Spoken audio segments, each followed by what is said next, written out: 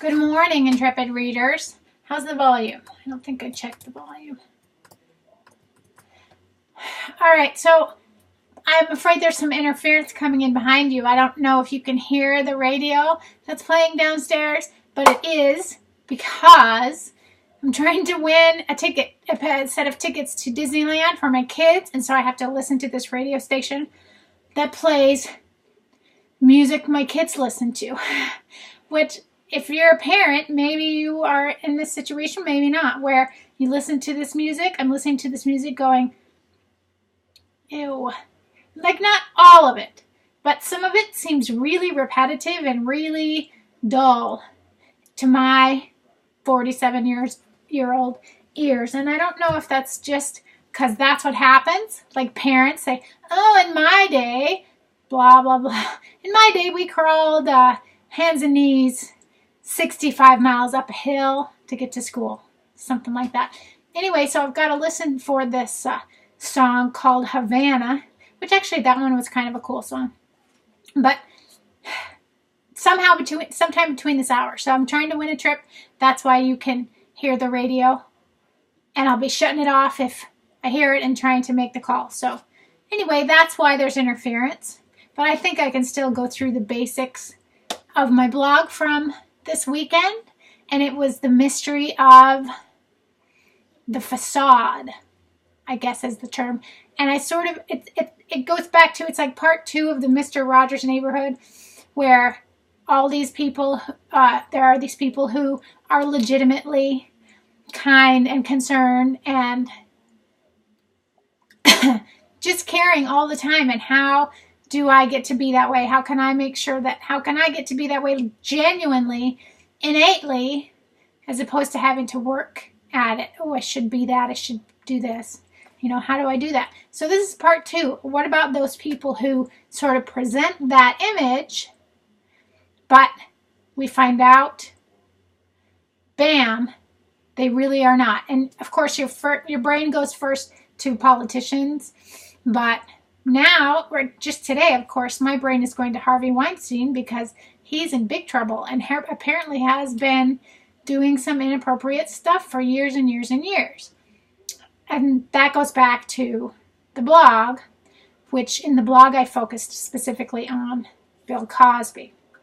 Because Bill Cosby is, well, I really focused on my husband. My husband is a really good father, and he's a concerned father, and it matters to him.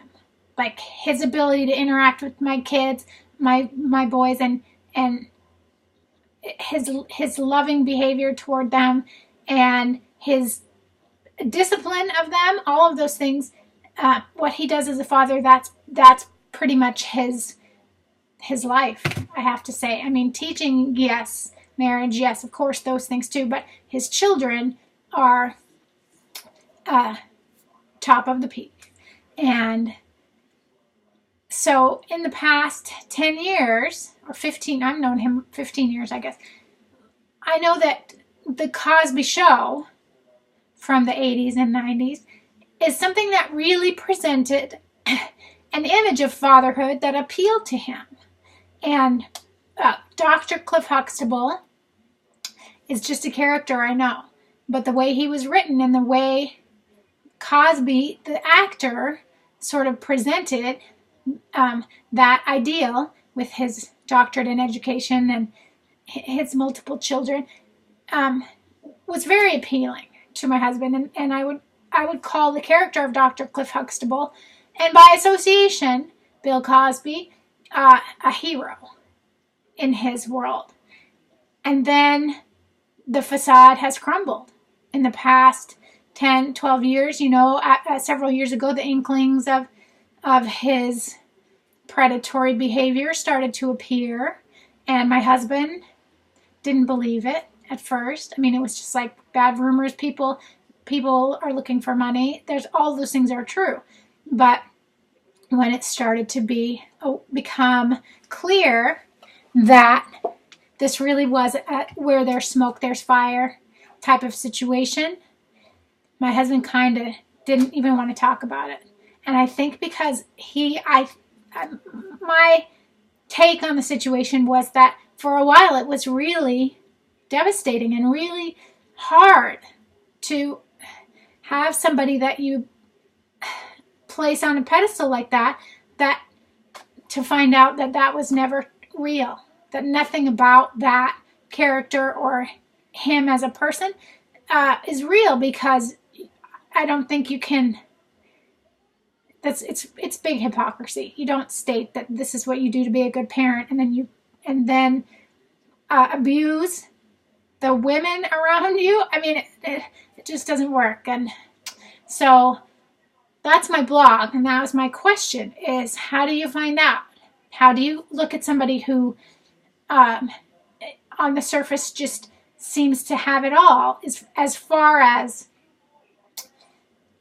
their ability to be who they say they are, and walking the walk all the time? And I know there are people that are like that, and everything I've read about Mr. Rogers says that he was one of those, and everything I've heard about some of the people involved in the Las Vegas massacre, which is another current news item that's coming out, a lot of those heroes really have seemed to walk the walk, and did so in a time of crisis. A lot of them, and that does my heart good. And thank you so much to all of those heroes. But so now that all of these things are coming to light, how do you choose? How do you find out whether people are who they say they are? And how do you show in your everyday life how you are who you say you are? I'm trying to do that all the time, and I'm interested to hear what you think about how you're doing it, or how you deal with people who turn out to have the mask instead of the real face underneath. So that's what we're talking about. Sorry about listening to the radio. There's been no song on so far since there's so many advertisements, but cross your fingers for me to win Disneyland trip for my boys. A day at Disneyland. They would love to see that happen this year. Anyway, I'd love to hear what you think. Until then, stay mystified.